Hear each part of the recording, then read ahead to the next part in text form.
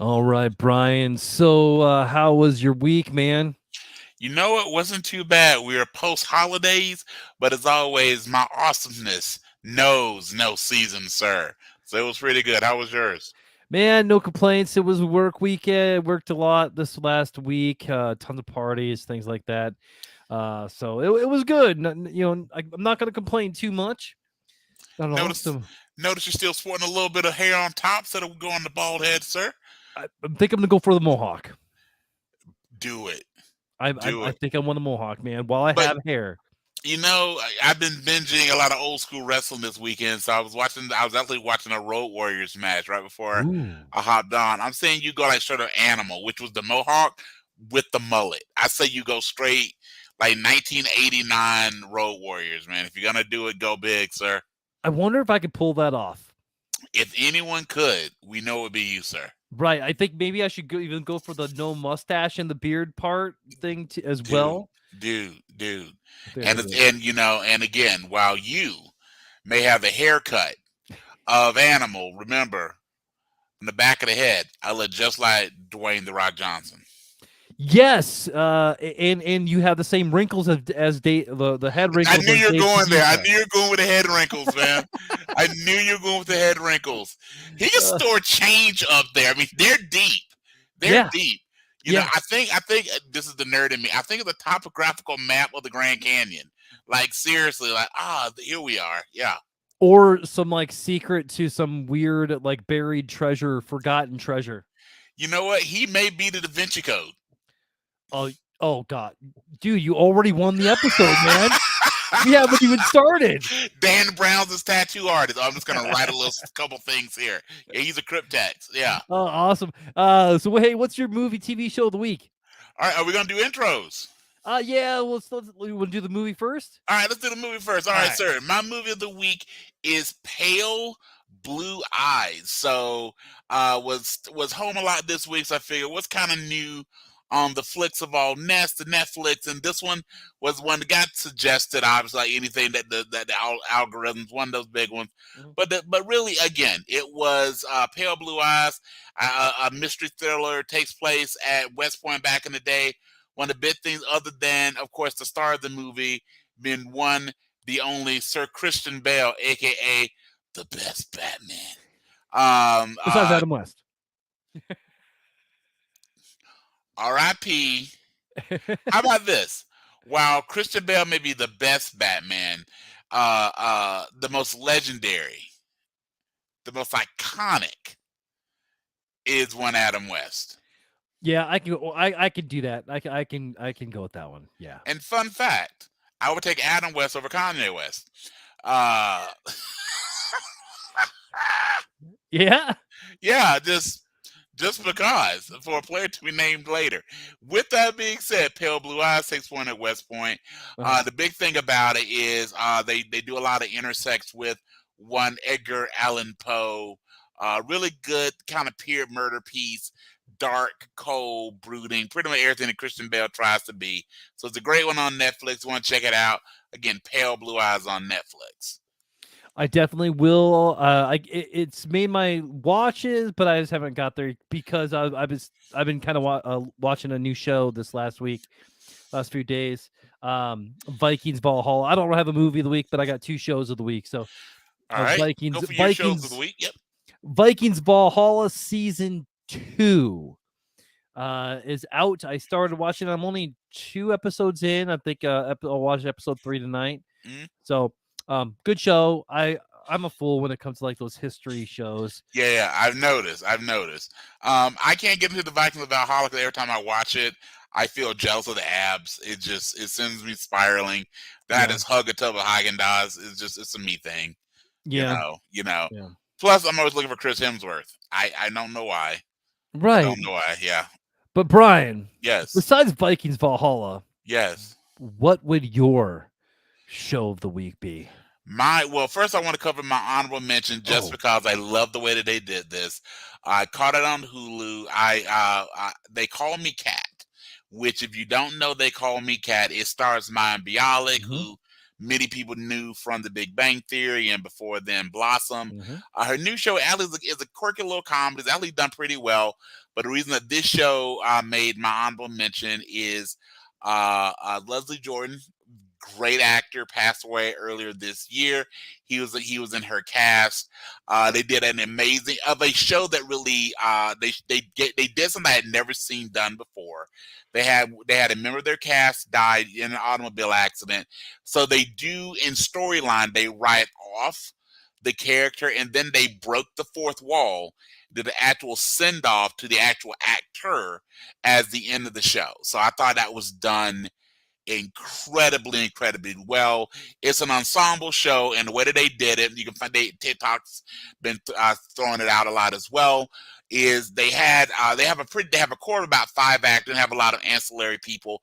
Everyone that was in the show is on there, and then the ones who weren't, again, those absolutely not probably the core 5 actors or so, they all in a very respectful way left the scene and left the set and left those core, Mind Bialik and a few others, and you could see the mood completely change from this comedy to people, and you saw it during the scene. Mhm. People fighting back tears because they were saying goodbye to the character because the character had moved away. So they were going, okay, goodbye to the character. And then you can see Susie Kurtz specifically, if you are familiar with her, really struggling to get through the scene. And I give the producers and everyone credit. They let the scene happen. There was no editing. At least appeared to be no editing. And then they again broke the fourth wall, explained this is our way of saying goodbye to the character. Now we're going to say goodbye to our friend. And they brought out the chair. His love interest in the show comes out, brings the chair he would sit in, like his backstage chair they left, and then the rest of them said their goodbye, tears. And it was just, again, a very respectful way, and I'd never seen it done before, of number one, writing off a character, but also saying goodbye to a coworker who was lost suddenly and definitely surprisingly. So again, They Call Me Cat. Whether you watch the show or not, you checking out that most recent episode. You can find it on Hulu. It's just a great way to see human beings being human beings. Yeah, Kaylee loves the show. I've never watched it besides a little bit of bits and pieces when she Yep. was watching it, but Yep. yeah, she's a big fan of the show. So yeah, I'll definitely check it out. Really good. And then my number one show of the week. This may surprise you, Brad, but probably not. The season 2 premiere of the Mayor of Kingstown. All right. Yeah. Man, to say Mike is a badass is putting it lightly. And I am so waiting for my boy Littlefinger, or as they name him, Milo, in the show. It was a great beginning, but I'll leave it to you, sir. What were your thoughts on Dude, Mayor of Kingstown? man, we went to remember the old Bruce Willis movie Striking Distance. We went there for a minute. Which I hadn't thought about that movie in decades, so that was kind of nice. Sarah Jessica Parker in that as well. Yes. Man, fantastic, dude. Look, Mayors of Kingstown made both of our best of 2022 lists. Absolutely. It's just a fantastic show. Taylor Sheridan, dude, you're just freaking amazing. I've not seen any show he's made, at least for Paramount Plus, that had. I'm not sure if he has products out there beyond Paramount Plus, but he has the Yellowstone franchise, including Yellowstone, and now is 2 prequels, 1883 and 1923. Tulsa King, which I personally adored. I think not that Stallone's career needed it, but I feel it's really resurrected Sylvester Stallone's career. And had a great, and I know we really didn't talk about it because this happened during our interim, but if you haven't seen the season finale of the first season of King of Tulsa King, fantastic. And now, of course, we have season 2 of Mayor of Kingstown. And I know you and I have talked about this before. Can we get some type of crossover at some point? Yes. I'm so obsessed with the city that are in. I haven't actually called the state that Kingstown actually sits in. But we gotta work that out. But yeah. So any other thoughts on the season 1 premiere? Man, watch it. Like if you haven't watched it, watch all season 1 and start off season 2. It's just such a fantastic show. Diane Weiss does such an amazing job. If she doesn't get an Emmy that's off of one episode. Just her performance in this episode, she was great in season one, but it's her performance in this one, and she doesn't get some type of Emmy nod just from one episode. And takes a very straight, and again, for those of you that aren't familiar with the show, and not to, because we want you to watch it, but the show basically takes place in a town that has multiple prisons, and Jeremy Renner's character basically plays the unofficial mayor of Kingstown, which means he's kind of the liaison between the prison population and the police force, and really tries. He himself is a former incarcerated individual. His brother is a cop. His older brother, Kyle Chandler, who's not long for most shows and anything you see him in, he's usually not in it for very long. Hey, well, watch for Kyle Chandler, and it's over. So kind of like Drew Barrymore, the Scream franchise, and it's done. Okay. Yeah. Lots of people watch Scream for. A lot of us with that first Scream want to see Drew Barrymore, and that's about how long she was in it. Okay. Alrighty. This Nev Campbell person. All right. But anyway, by the way, did you see that Nev Campbell is now out of the franchise? Yeah. Yes, dude. contract dispute. Yep. Yes. But anyway, but it is focused on the mayor of Kingstown again, who's kind of laid with the prison population and the police, and really shows that there are, to quote a former president, good people on both sides, but also bad people on both sides. And he tries very hard to manage this and how that impacts his family. Because one member of his family is a police officer, his younger brother, and his mother actually teaches classes in the prison. And let's say she has some conflicted feelings over her son being the mayor.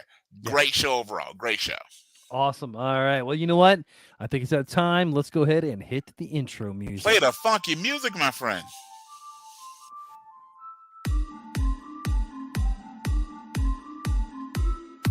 Get your earphones in, everybody, and everybody hear us out. We are PVOTN and Brian Dennis, and this is PVOTN. We've got my dad leveling up your awesomeness, dropping knowledge of TV, movies, and comics. We've got Brian Dennis flexing his nerd muscles.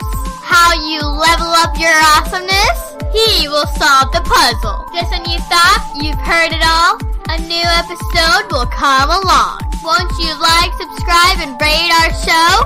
One last thing. Leave a 5-star review before you go. Oh yeah! Welcome to Fandemic Presents Revenge of the Nerds. We are your one-stop podcast. Every week we are going to give you all the things to level up your awesome. You can also order my kids' books, Leveling Up My Awesome, and Stuffed Animal Night Force versus the Dream Invaders, on sale right now at Amazon for $7.99, or contact me for an autographed copy for just a little bit more. So this is how the show is going to go. First, we're going to tell you the stories that could have led to your favorite movies and TV shows, and so much more. That will be part one, and we did it last week. This week, we're going to tell you the stories that could have, or that could happen after the story was told. That's going to be tonight. I am the self-proclaimed Emperor of Awesome, Bradley Butin, and this is my co-host, the unverified twin of Shamar Moore and Dwayne The Rock Johnson and Dave Bautista, at least in the head, the back. What was it for The Rock? Back of the neck, my friend. Back of the neck and in the nipples. You're helping to get me sued, my friend. Right. Yes, sir. So welcome. I'm just going to save myself. I am your podcast tag team partner, Brian S. Dennis, with S stands for the bleeps, the sweeps, and the creeps. Welcome to Revenge of the Nerds, streaming live on Facebook, YouTube, and Twitch. So don't forget to like, share, hit all the buttons that remind you on all the platforms. Don't forget to tell all your nerdy friends as well to level up. They're awesome. And even your friends who aren't nerds that you want to bring over to the nerd side. Yeah, absolutely. So, Brian, Yes, sir. thought it would be kind of cool if we went over, since this is the after credit scene, Yes. part 2 of our Yes. of our Spaceballs. Yes. If we talked a little bit about a certain actress from Spaceballs, one that hasn't been kind of doing a lot lately, and just kind of maybe go over her cinematography. I can't talk right now. Filmography, sir. Thank you. I was That looking may for be the word you're looking for, sir. Yes. So we are not the droids you're looking for, but we do have the vocabulary that you're looking for. At least Brian does. At least Brian has the vocabulary. And remember, here at Prevent the Nerds, we are just like Scientology without the crazy. Right. I love it. And so with that being said, let's take a look at her filmography. All right. So we're going to talk about one Daphne Zuniga. Yes. Who was she in Spaceballs? She was Princess Vespa, and despite how she looked, she was indeed a Druid princess. Yes, she was. So, Brian, looking at this, right before she got into Spaceballs, she was actually in a Depeche Mode video. What? But Not Tonight music video. I'm gonna YouTube this later. Yeah. Are you saying that she maybe enjoyed the silence? Yes, I am. Well done. Thank you. Thank you. Hey, me and Depeche Mode go back a little bit. All right. Yeah, dude, I love Depeche Mode, man. Absolutely. Man, there was that TV show where Depeche Mode got the new singer. Yeah, yeah. Rockstar. Yeah. Was it Rockstar? Yeah, man. It was a good show. Bradley, I had a did you know, not about Depeche Mode, but about music in general, sir. Yeah. Do you know what group is actually named after unemployment in Great Britain? Rolling Stones? No. UB40. UB40 is the name of the federal form for applying for unemployment. The members met literally in the unemployment line. That is amazing. That's some red wine right there, man. I love it. Oh man, that's so. Okay, so now I got two things to do. I got to watch the video for get in my Depeche Mode, and yes, and we got to listen to a little bit of UB40. A little bit of UB40, absolutely, sir. So I can't help falling in love. All right, dude. That was one of the best covers ever. That wasn't it? I mean, man, okay, first out, it's not even a cover. It's better than the original. Okay, yeah, I'm sorry. That's better than for all the people who love Elvis. R.I.P. By the way, R.I.P. to Lisa Marie as well. Which proves again you can't be married to Michael Jackson without consequences.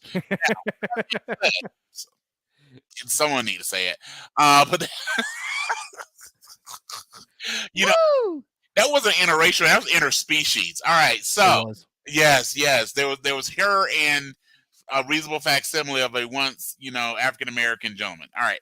So, but yes, I'm sorry. Everything about the UB40 remake cover, what have you, is to me better than the original. There's very few legitimate covers that are better than the original, but that one was actually, I think, better than the original. Also, I think Winona's Judd's version of Burning Love from Lilo and Stitch is better than the Elvis original. So, yes. Nice. I'll have to check that out. I don't remember it. Doing a drop for Disney Plus. Check out Lilo and Stitch. The closing track is Burning Love by Winona Judd, which again, in my opinion, is better than the original Elvis. I dare y'all all to fight me. Okay. And I can be found. That's a good reason to like and subscribe so you can come fight me about my musical preferences, sir. But yes, continue on with the filmography one, Daphne. All right. So right after Spaceballs, Spaceballs was 1987. So 1988, she did Last Rites, which is a horror movie. Yep. In 1989, she was in The Fly 2. The Fly 2. Yes. Yes. Yes. After So that, oh, go ahead. no, again, The Fly 2 proves many things we said before, is that if you plan a trilogy, stop at 2, and if you plan a sequel, probably stop at 1. Probably stop at 1. They lucked out with the remake of The Fly, again, starring, he's not quite Samuel Jackson when the L stands for but here's another podcast favorite and one Jeffrey Goldblum. And yeah, and so that movie was strong, stood very well against the original, probably actually was scarier than the original for a lot of ways. Special effects growing is a big part of it. But then the sequel was a movie. It happened. And yeah. It's better forgotten, but it is. It was in it. After that, I wonder if she would admit she was in it. Hey, Daphne, never happened. Oh, I didn't cash the check. It's sitting right over there. Yeah. So after The Fly 2, she was in 1989, Staying Together. Yes, sir. Don't remember that. Gross Anatomy, also. I actually saw Gross Anatomy. Not a bad flick at all. Yep. Definitely, it's a product of its time. So late 80s, early 90s. So after she was in a TV show called Nightmare Classics in 1989. Took a couple years off, and then she was in Prey of the Chameleon in 1992. Looks like she got in a bunch of horror movies. Mad at the Moon. I don't remember that. That was a 5%. When in doubt, especially in the 80s and early 90s, when in doubt, if you're an attractive actress, and this is unfortunate, but if you're an attractive actress, you could usually find work in a horror movie. Yep. So you saw that when in doubt, go do a movie where you scream and run a lot and fall down inexplicably. Fall down. Yeah. Oh, 800 Leagues Down the Amazon. I actually think I remember that movie weirdly, like watching it on Cinemax or something like that. Of course you did, sir. Yeah. And we forget about the very popular sequel, 801 Leagues. Now, kind of like 50 meters below, or was it 51? Yeah, we just add a meter. That add a league. That makes it scarier. Sure, yeah. Or from Anaconda to Anacondas. Ooh, yeah. Yes. That's really scary. Yeah. She followed up on a TV series called The Hidden Room in 1993. All right. Another TV series, Models Inc., which I think I vaguely remember. Yeah, I think I've watched that as well. Again, what year was that? 1994. So in 94, I guarantee you anything that had the name model in it, I probably watched with the sound off. So take that with it. And the previous thing was what? The Hidden what? The Hidden Room. The Hidden Room, which reminds me, kids, as you listen to our podcast, once you're done, if you're thinking, you know what, tomorrow is MLK Day, and maybe my parents have, memorabilia of Martin Luther King, the Reverend Dr. Martin Luther King. And if you want to maybe find this historical memorabilia that maybe your parents received from their grandparents and their great-grandparents, look under the bed. It might be in a box. And there's a shoe box. Slide it out carefully. Lift it up. Don't look. No. Eyes closed. Let your fingers do the walking. Mm-hmm. Slowly lift the lid. And with your bare hand, reach in. And you never know. Because I have a dream. And I'm going to stop the rest of that before I really get us in trouble. But again, do you, boo-boo? Should be scrolling right now. Yes. Do you? So we've gotten the Hidden Room. We've gotten modeling, which again, all jokes, I do believe I actually watched it. It wasn't on for very long. I do believe I actually checked it out. And I think maybe somewhere here was a Melrose Place. Do I remember her being on Melrose? Oh, yeah, we'll get there. All right. Yep, that is definitely in there. So Bob, she was also in the video for Night Moves for Bob Seger and the Silver Great Bullet song. Band. Great song. TV series Happily Ever After, Fairy Tales for Every Child. Now we're in 1995, Degree of Guilt. Okay. Charlie's Ghost Story with one Cheech Marin. Let's see here. City Scrapes. Can you imagine being on set with Cheech Marin? Yes, I absolutely can. Yeah. Okay, hang on. Where's Tommy? Yeah, But I guarantee you, this is what no one has ever said. I remember quite clearly being on set with Cheech Marin. I have great moment by moment recollections of my time on set with Cheech Marin. It is completely clear in my memory, my time on set, in the car, or in the general vicinity of one Cheech Marin. Yeah. It's most forgettable, like the Nash Bridges made for TV, made for Peacock movie. I had high hopes, and I guarantee you, the hopes may have not been high, and we will continue. Mhm. So yes. Yeah. Yes. I get the feeling Don Johnson paid him in 20s. I don't know why, but I feel like that may have happened. I think so. Yeah. And right here, yes, Melrose Place. She shows up in Melrose Place. Johnny Bravo cartoon. She was in one episode. No. Yep. She was Gabrielle. Okay. Dead Man's Gun. I can't hear Johnny Bravo without the. Yeah. Bradley, who was the original Johnny Bravo? Ooh. And what I mean by that is who was the first actor? Oh, who was the first time that the nickname? That's probably the best way. This was a great one. No Googling. When was the first time Johnny Bravo was used on American television? I don't know. Greg Brady. That was his nickname. Was it really? Was Johnny Bravo. That's amazing. That is so one amazing. of the few things I remember from the Brady Bunch, because Yeah, it's yeah. But that was the thing. Okay. So we are up to 1997 and 98. Okay. And she was in 2 episodes of Spin City with Michael J. Fox.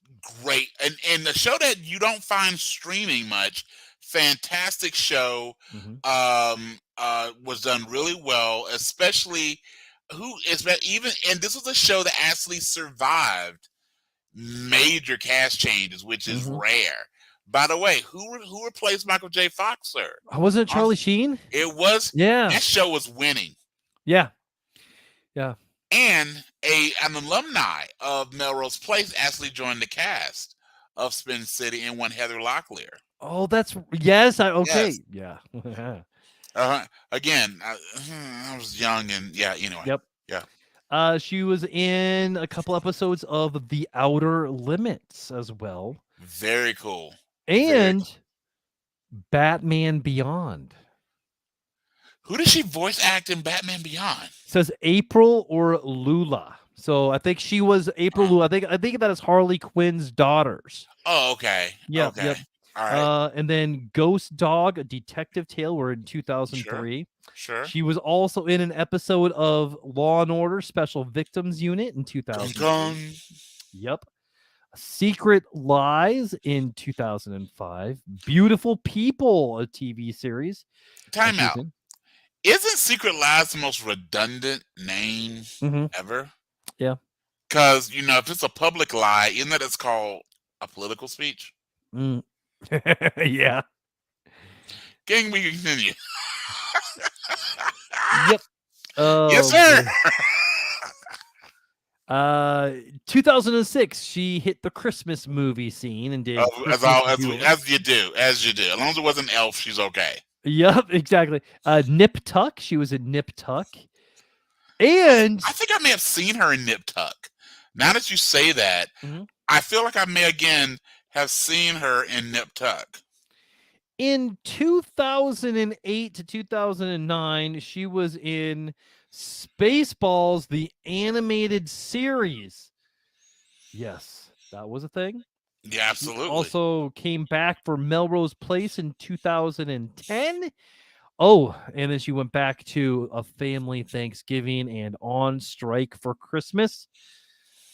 When in 2012, she was in One Tree Hill. All right. And for those of you who are not familiar with One Tree Hill, take Melrose Place and make everybody about 15 years younger. Yep. Signed, Sealed, and Delivered, a TV series in 2013. Also a really good R&B soul song. Yes, it was. Beyond Paradise in 2015. All right. Who's Driving Doug? Search Engines Those Left Behind were in 2016. Heartbeats in 2017. The Wrong Babysitter, a TV movie in 2017. But was she the The wrong babysitter? Not if she was babysitting me. I remember watching. Speaking of, we really want to make it weird. I remember watching Hand That Rocks the Cradle, and really kind of was like, Rebecca De Mornay could have babysat me. We'd have been fine. We'd have figured it out. It's okay. All right, and most recently, she's been in a few episodes of one episode of NCIS in 2020. All right. Fantasy Island, last year, and she's currently has been in 2 episodes of Dynasty.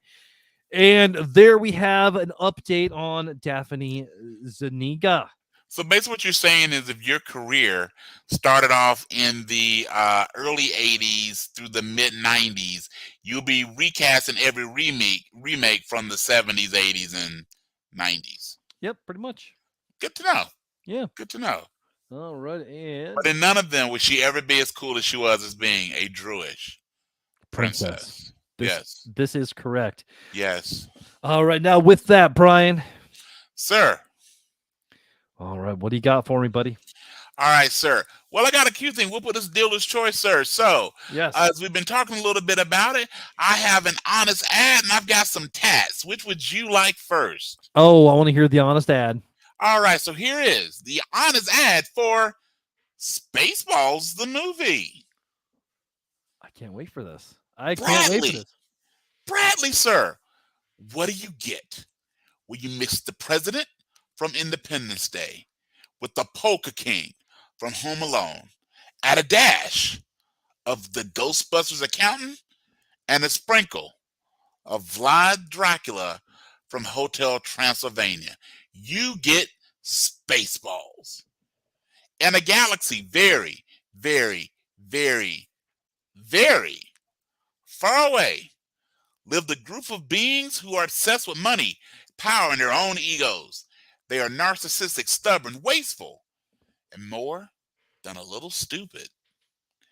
They ignore facts out of convenience, disregard the truth for more attractive lies, and brand anyone who thinks differently than them as traitors and liars. They are also so impressed with their own poops that they are bound for self-destruction. Now, ladies and gentlemen, once you finish watching Fox News, sit back, relax, and enjoy Spaceballs, the movie. Remember, more realistic than Fox News. I like it.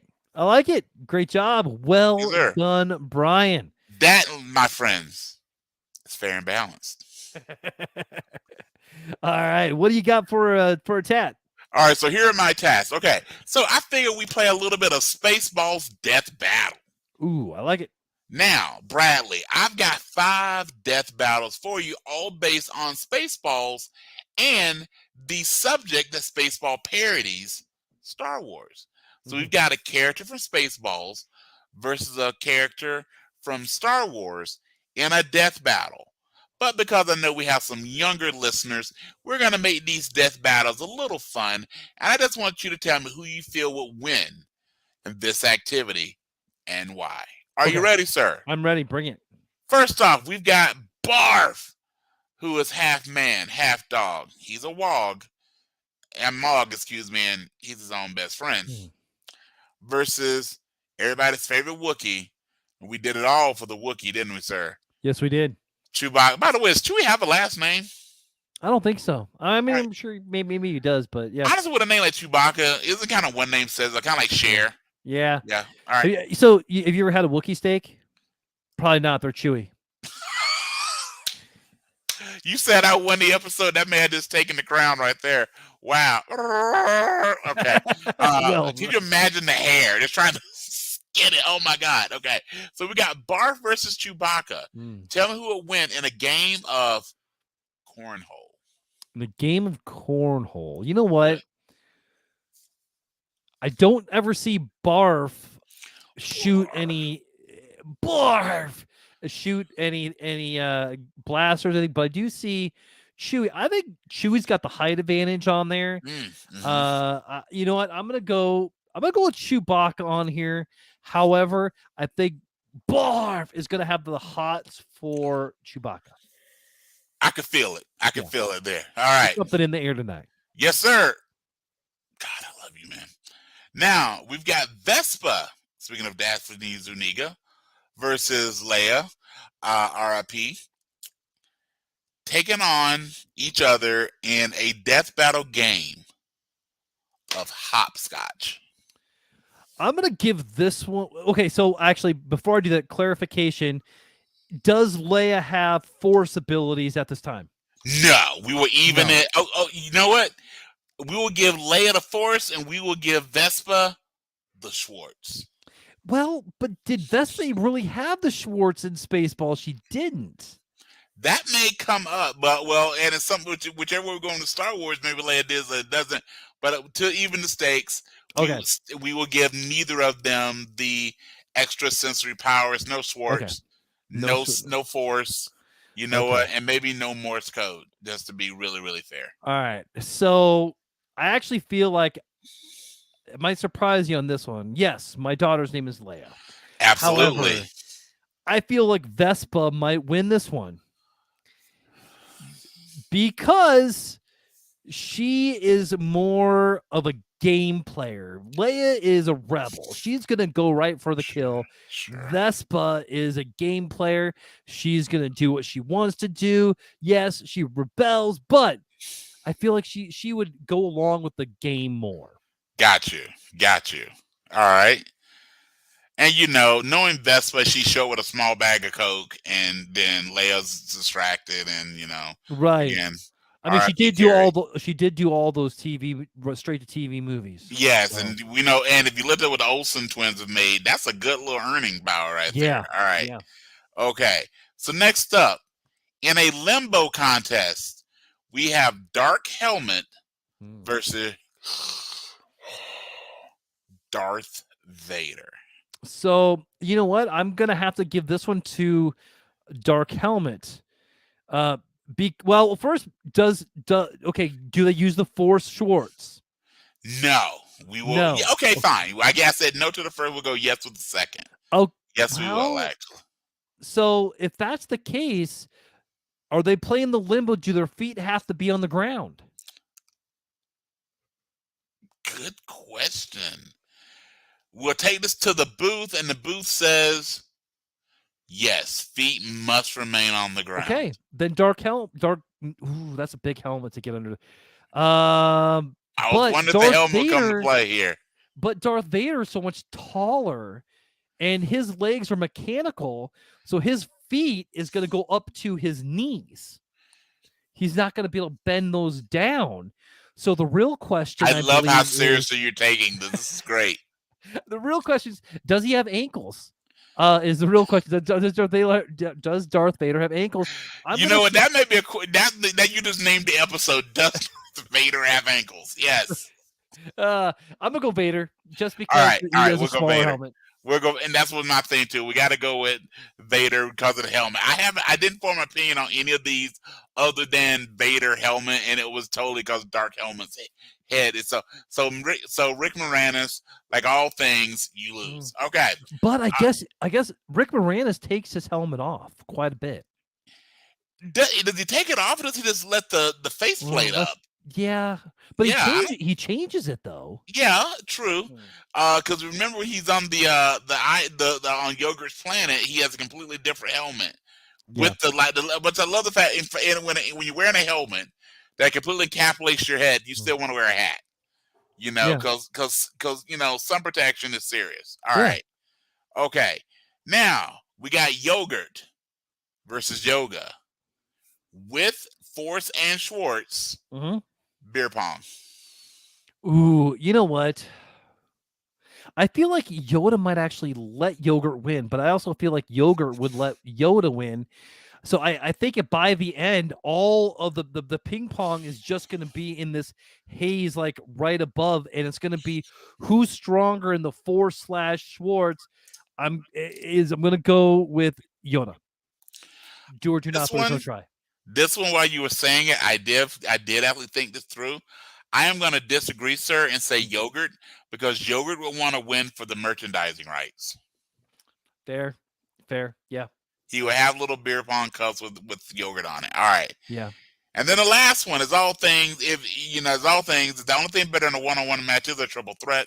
Mm-hmm. So we have Lone Star. And I got to thinking about this after our last episode. Lone Star, because I believe I said Lone Star is a parody of Luke Skywalker. Lone Star is not. Lone Star is actually an amalgamation of Luke Skywalker and Han Solo. They really combined those two characters. So with Indiana. And Indiana, absolutely. I mean, the scruff and everything. Yeah. So with that being said, we got Lone Star versus Han versus Luke in the Cinnamon Challenge. Who can eat more of a whopping spoonful of cinnamon, sir? Now, this could be a death battle. Okay, so Luke is from Tatooine. Yes. But I feel like Han I don't think Luke is going to win this at all. All right. Okay. I think Luke's going to be the first one out. Okay. All right. Like all things Mark Hamill, you're done. All right. Right. Oh, Brian. Okay. Yes. That's my Joker impersonation. I do it better, Chewie. You do a much better Joker. Okay. All right. So I am not going to give Luke the win.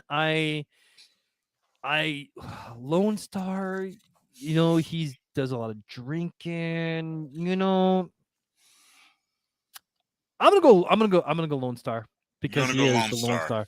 All right. I'm just gonna, I don't really have a reason. Sure. Because Bill Pullman maybe used to spice. Well, but there again, Han Solo's from Corellia, got all the spice trade. Yeah. You know what? I'm changing Han Solo. You going with Han? I'm going Han. Right.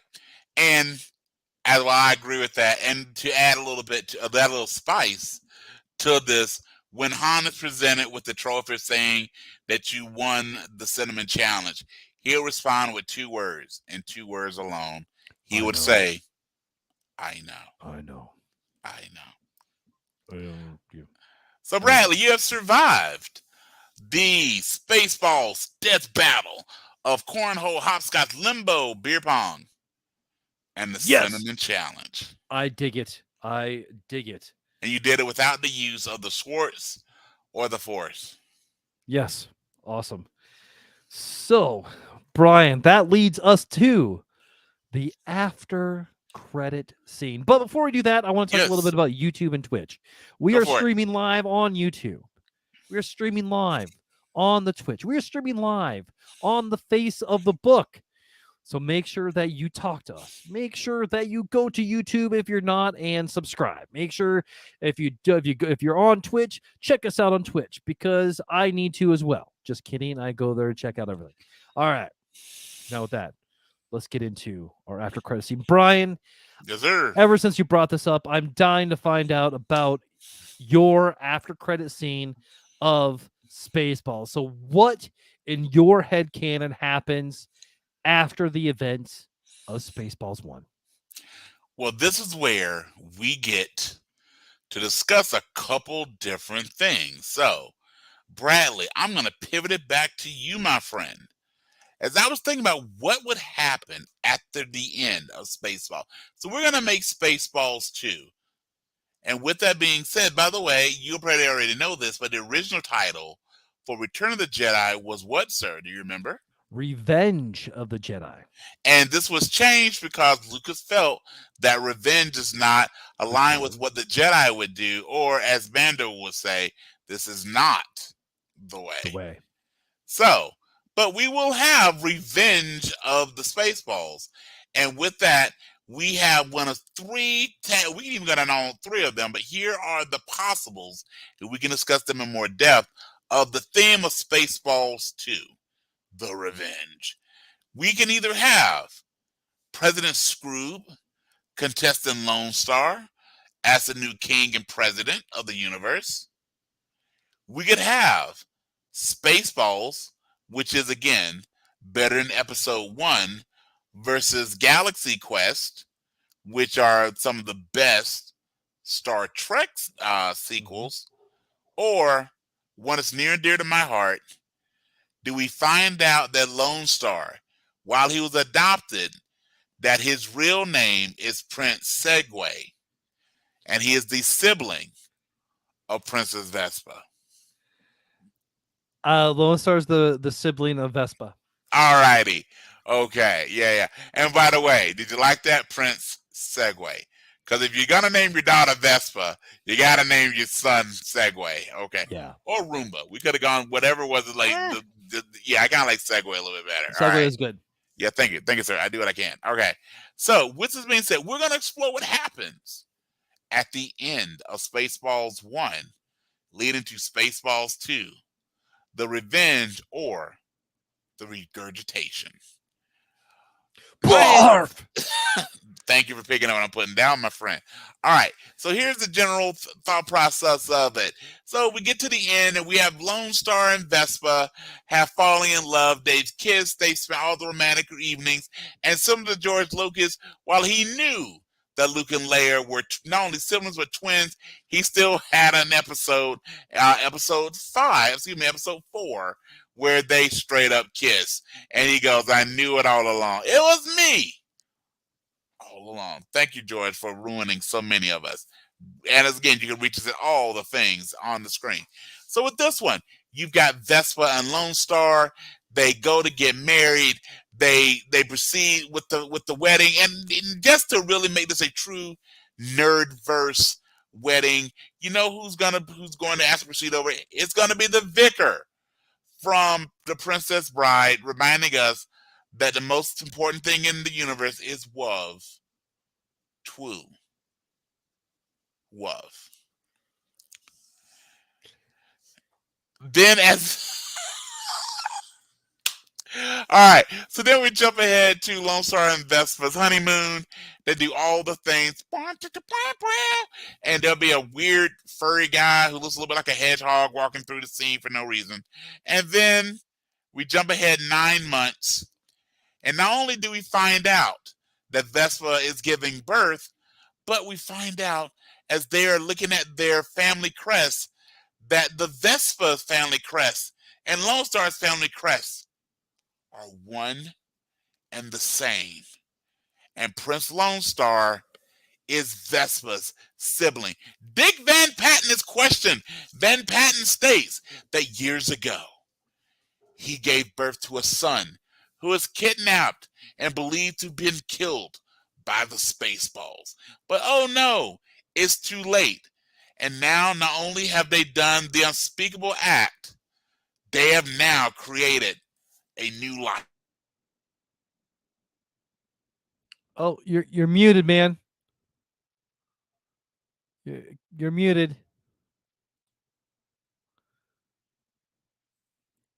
Yep, can't hear you. Yep, you're muted. Try to unmute.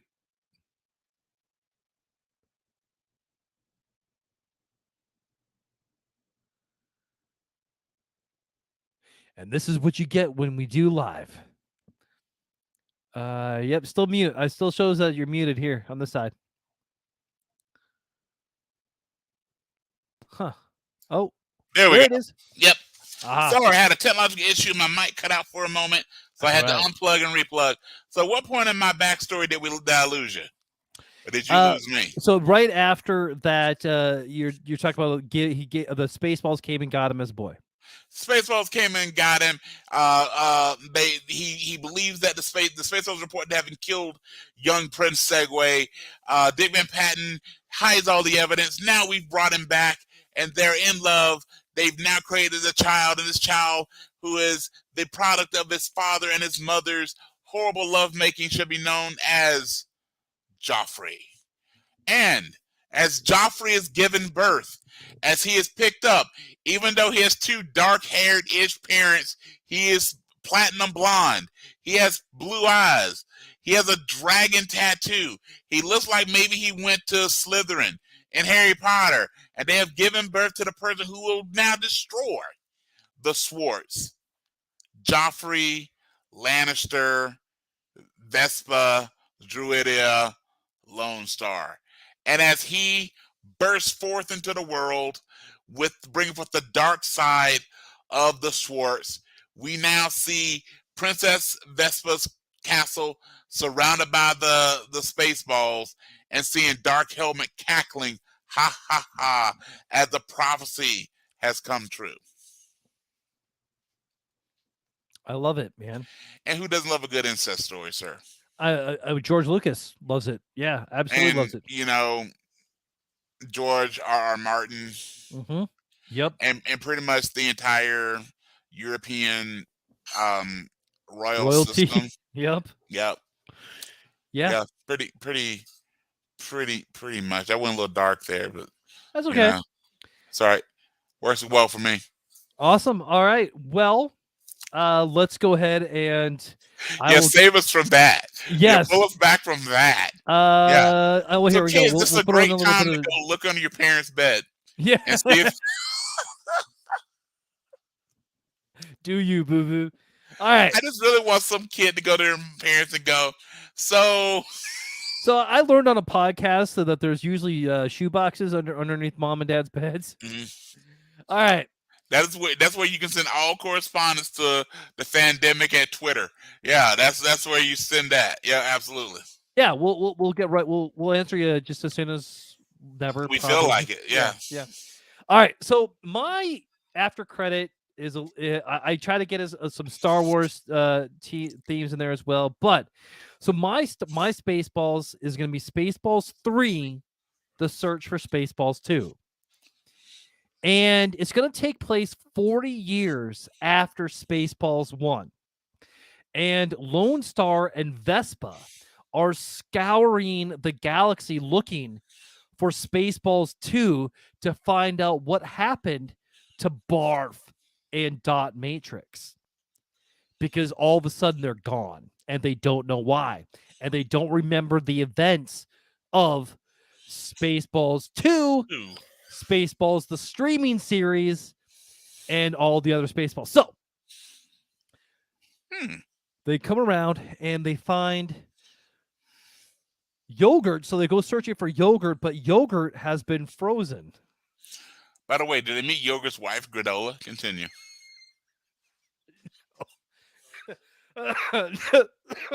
No, that was way funnier than it should have been. Good job. My after credits may suck. I can always make yours better. Let's continue. All right, here we go. Oh, so then they come to so President Scroob sends out a message to the entire universe that he is the only one that has seen Spaceballs 2, The Search for More Money. And because of this, all of the bounty hunters are after Lone Star, Vespa. They're trying to get everything in. They have the bounty hunters, Dominoes, kind of sides with him, with the Vespa and Lone Star.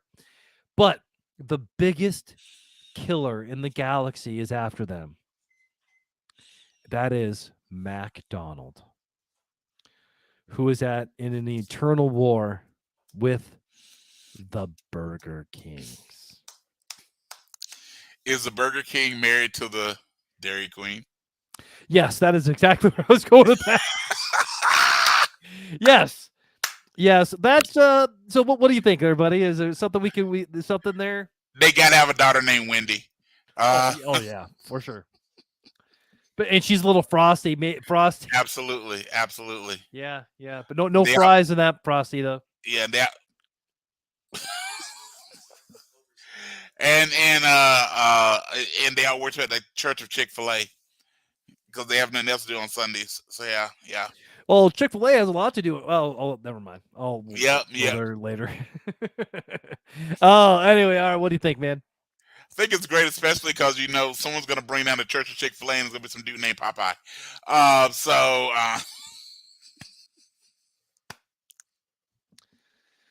Nice. Yeah, no, that's great.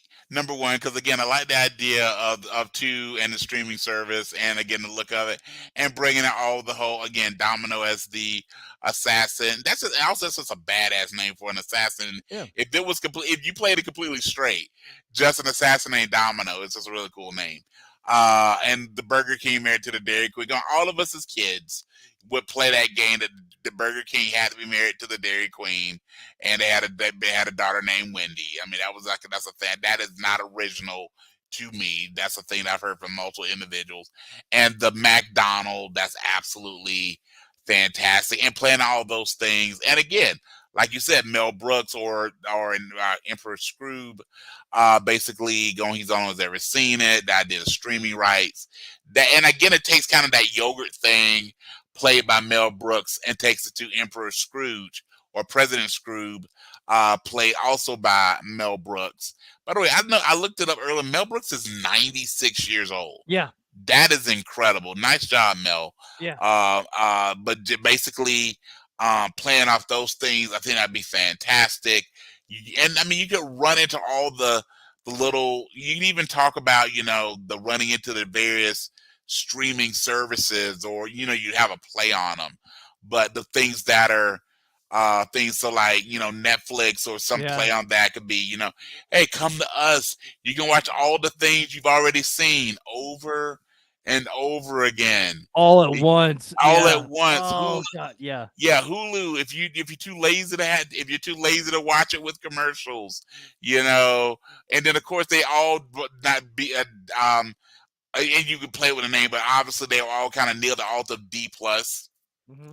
You go, I own everything. I own your children, and it would just be great. So yeah, I like yours actually way better than I like mine. But I will say, Bradley, yours is missing one key component: incest.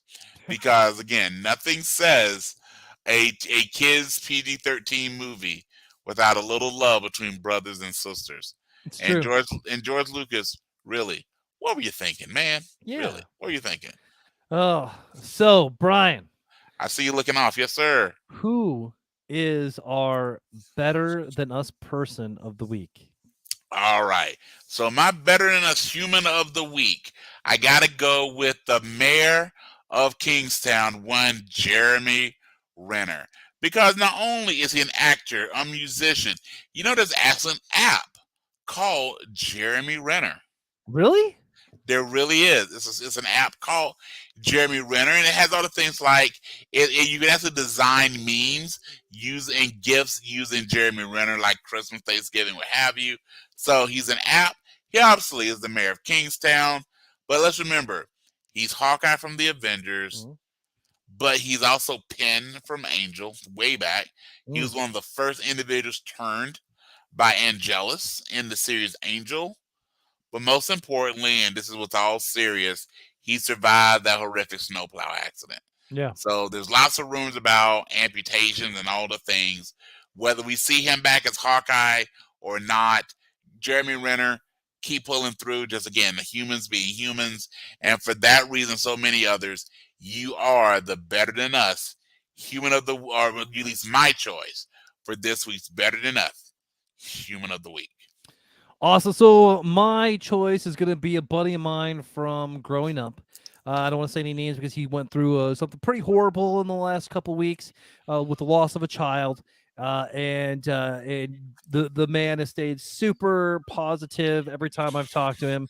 And man, much love for you. So I don't want to say his name on the airs just because I didn't tell him I was doing this. Fair. So, but I love you, brother.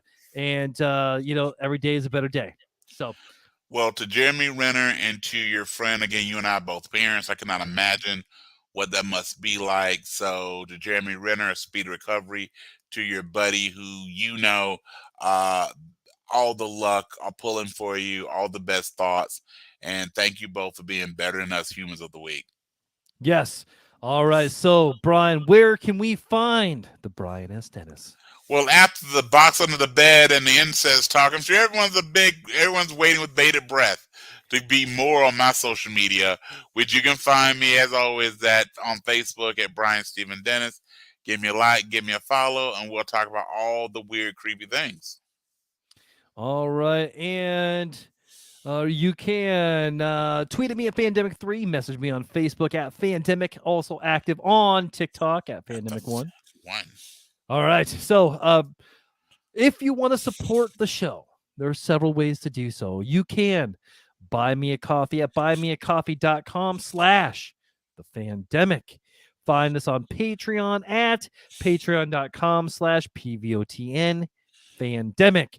Become an episode assistant, episode producer, prevenge producer like Stacy, or become part of the Council of Nerds. Yes, you could be part of the con starting at $5 a month. All right, you can go to anchor.fn/PVOTN or just share the show with someone you want to make a little more awesome.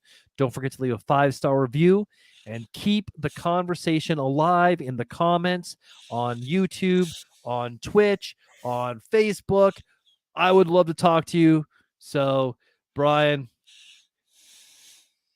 how do we end every episode? As always, we want to thank you for joining us for the highlight of our week, hopefully a high point of your week. And as always, never retreat, no surrender. And remember, Goonies, never say die. We're all playing the same game in life, just on a different level. Thanks for catching up. You're welcome for leveling up your awesome. Live free or die empty. Ha-bye-bye. Ha-bye-bye.